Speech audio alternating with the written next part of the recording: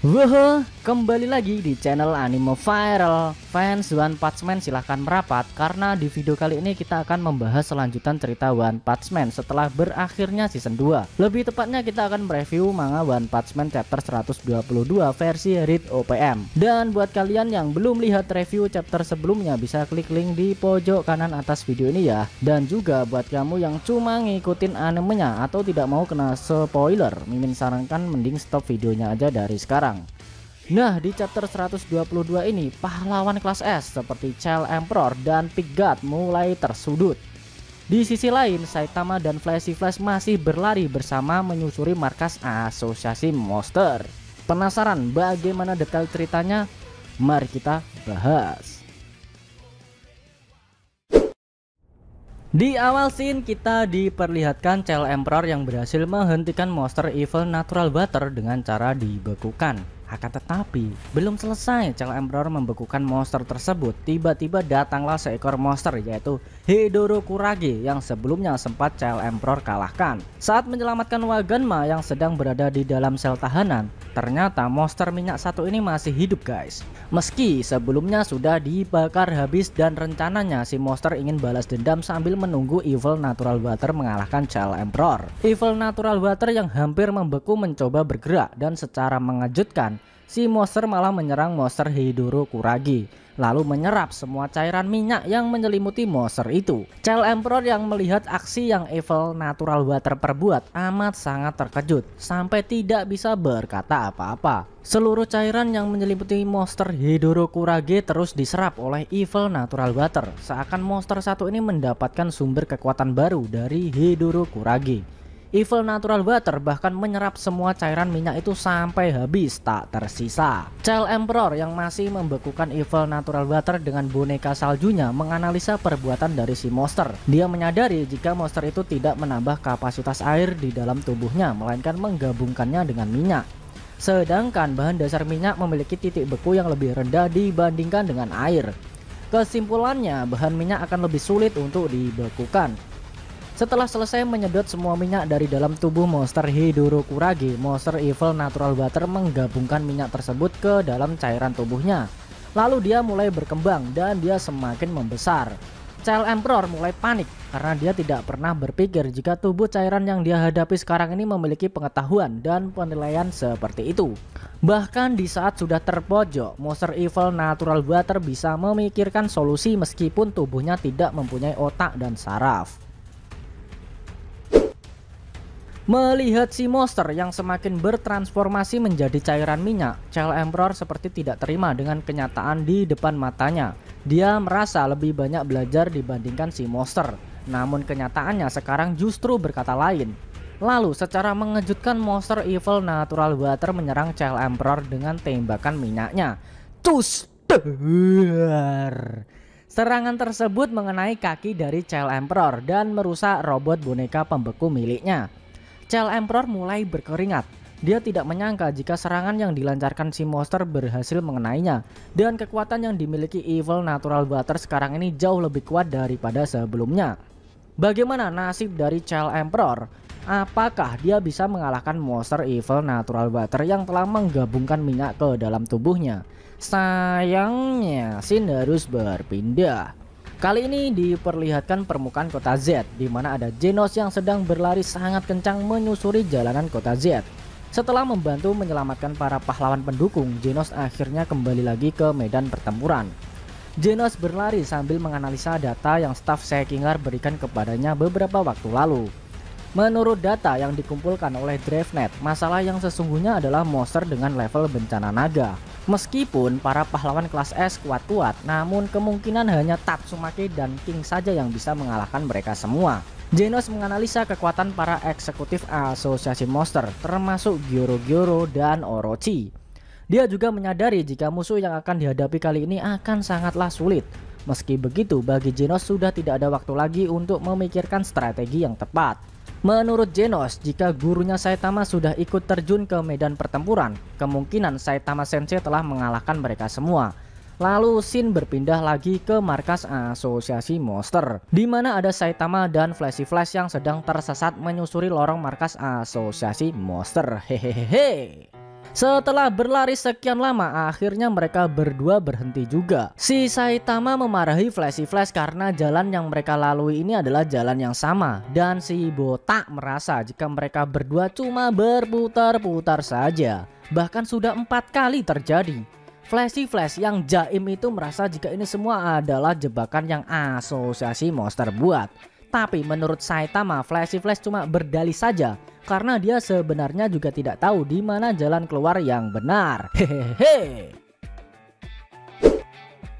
Daripada muter-muter nggak jelas, Saitama berinisiatif untuk menghancurkan tembok lorong saja dan mencari jalan keluar yang tepat. Sambil berharap saat menembus tembok-tembok nanti mereka akan bertemu pahlawan lainnya atau bahkan bertemu dengan monster yang kuat. Lalu Saitama menghancurkan dinding markas asosiasi monster itu.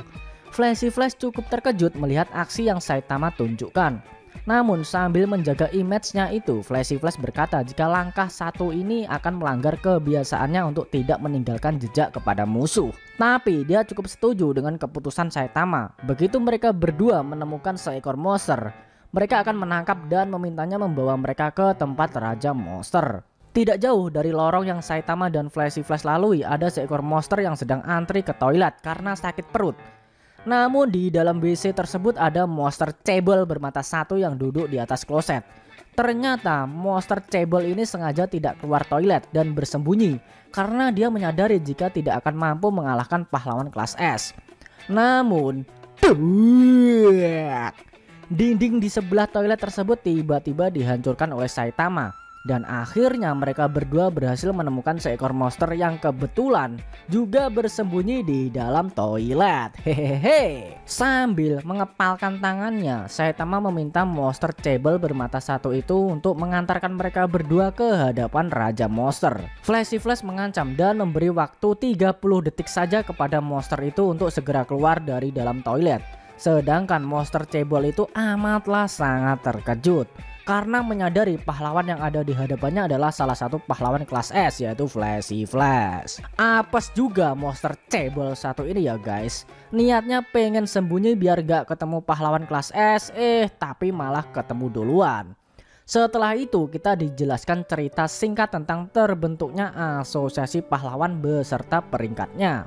Dulu saat asosiasi pahlawan pertama kali dibentuk, para pahlawan hanya dibagi menjadi 3 tingkat saja. Kelas C, kelas B, dan kelas A. Saat menugaskan para pahlawan, asosiasi mempertimbangkan hal-hal berikut: membunuh monster, kemampuan bertarung, kontribusi dalam masyarakat, dan popularitas. Perlu lebih dari kekuatan untuk masuk ke kelas A. Asosiasi juga memasukkan sikap harian dan pencapaian sebagai bagian dari evaluasi. Untuk orang yang kekurangan kemampuan fisik, ya seperti pahlawan Mumen Rider, mereka masih bisa naik peringkat hanya dengan bersikap aktif dan berusaha semampu mereka. Pembentukan sistem evaluasi ini berujung pada pertarungan demi keadilan yang bertahan selama lebih dari 6 bulan. Namun setelah itu asosiasi menemukan banyak hal baru. Mulai muncul monster dengan level bencana iblis, dan para pahlawan yang peringkat pahlawannya tinggi dapat dikalahkan meski sudah bekerja sama. Lalu muncul juga keberadaan orang-orang yang dapat mengalahkan mereka. Saat itu ada Metal Bat yang baru masuk menjadi pahlawan dengan peringkat pahlawannya 223 di kelas C. Lalu ada Watchdog Man yang juga baru masuk menjadi pahlawan dan masih berada di kelas C, ya sekitar peringkat 301. Hebatnya mereka semua tak peduli soal peringkat, tapi tiap kali ada pahlawan yang ingin dikenal muncul, mereka akan langsung tersingkir begitu para pahlawan berkemampuan langka itu tiba di lokasi pertempuran. Dalam pencapaian keseluruhan, pahlawan yang rajin akan ditutupi oleh pahlawan yang berperingkat tinggi. Kalau hal itu terus berlanjut, akan sulit mengamankan mereka yang punya kemampuan langka. Jadi, asosiasi pahlawan membuat suatu keputusan. Klasifikasi lain akan dibuat untuk pahlawan yang memiliki kekuatan bertarung khusus dan bisa menyaingi seluruh divisi militer.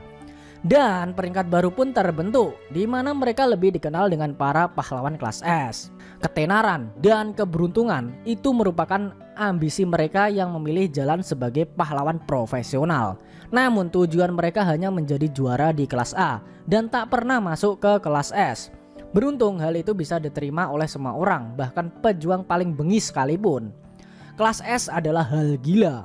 Semua ini merupakan ekspresi mereka yang pernah memiliki tujuan untuk menjadi yang terkuat dan pengetahuan tentang suatu makhluk yang akan menyingkirkan siapapun yang menghalangi jalannya.